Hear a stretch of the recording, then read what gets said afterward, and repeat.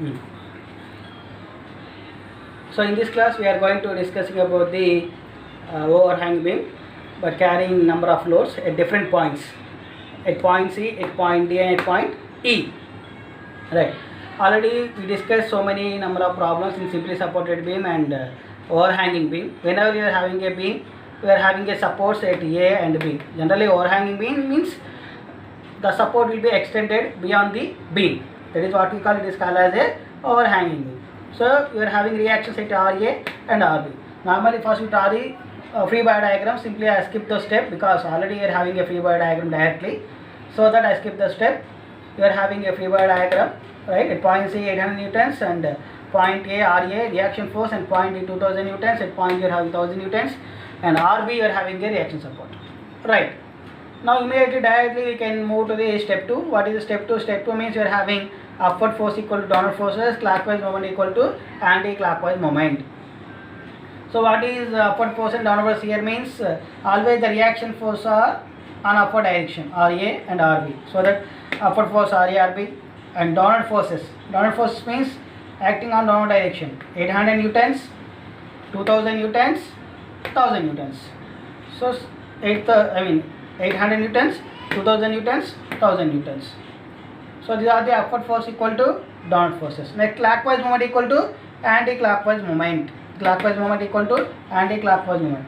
So take one point with reference to by considering the moment of forces. So I am considering a point B. With respect to point B, I am taking moment of forces. That is clockwise moment equal to anti-clockwise moment. Right. So what is clockwise moment and what is anti-clockwise moment? We will discuss. That is at RA, from RA to B, from RA to B. So this is the direction, that is clockwise moment, right? And again point E, with respect to point B also we are having clockwise moment. Next, from point C to point B we are having anti-clockwise moment, and from point to D to point B also we are having anti-clockwise moment. So first we have to identify what is the clockwise moment and what is anti-clockwise moment. So automatically you will get those values. Clockwise moment equal to anti-clockwise moment. So RA into 8 plus 1000 into 2. Right here 1000, the distance is 2 meters. So RA into up to point we are having distance is 8 meters. RA into 8 and 1000 into 2. Anti-clockwise moments are 800. 800 to point B distance is 5 meters plus 3 meters. Total is 8 meters plus 3, 11 meters. So 800 into 11. Next, point D to point B are having 3 meters. So you are having 3 meters. So by solving of this equation 1 and this equation 2, by assuming that this is equation 1 and equation 2, you will get, by solving of these two equations, you will get the values of RA equal to 1600 newtons and RB equal to 2200 newtons. Right? Right. So this is the case. So one thing you clearly observe that the reaction at RA and RB, if you adding up those two things, you will get the value of 8000 newtons and 2000 newtons, and the summation of all these three things. Then only your answer is correct. Otherwise simply have to recheck your values of RA and RB. That means the value of RA and RB, summation of RA and RB must satisfy the upward force of downward force of 800 newtons, 2000 newtons and 1000 newtons. Right. Next, directly we shift to the what we call your shear force diagram. How do we know the shear force diagram? How you supposed to draw the? That means first you draw a baseline. So above the baseline positive value, below the baseline value you are having a negative value. So first one is C. C force is 800 newton, that is downward direction. So this is 800 downward, right? Negative value. So below the reference line. So minus means below the reference line. Next, from point C to point A you are having no loading condition. So constant load from C to A you are having constant loading condition. Again reaction RA value is 1600 newtons. So minus 1800 plus 1600, that is again plus 800. Plus 800, that means above the reference line. So that is the reason why I represented 800 here. Plus 800, right? Next, again from point A to point D, no loading condition. From point A to point A, D, no loading condition. So that automatically you are having a constant straight line. Again from point D you are having 2000 newtons.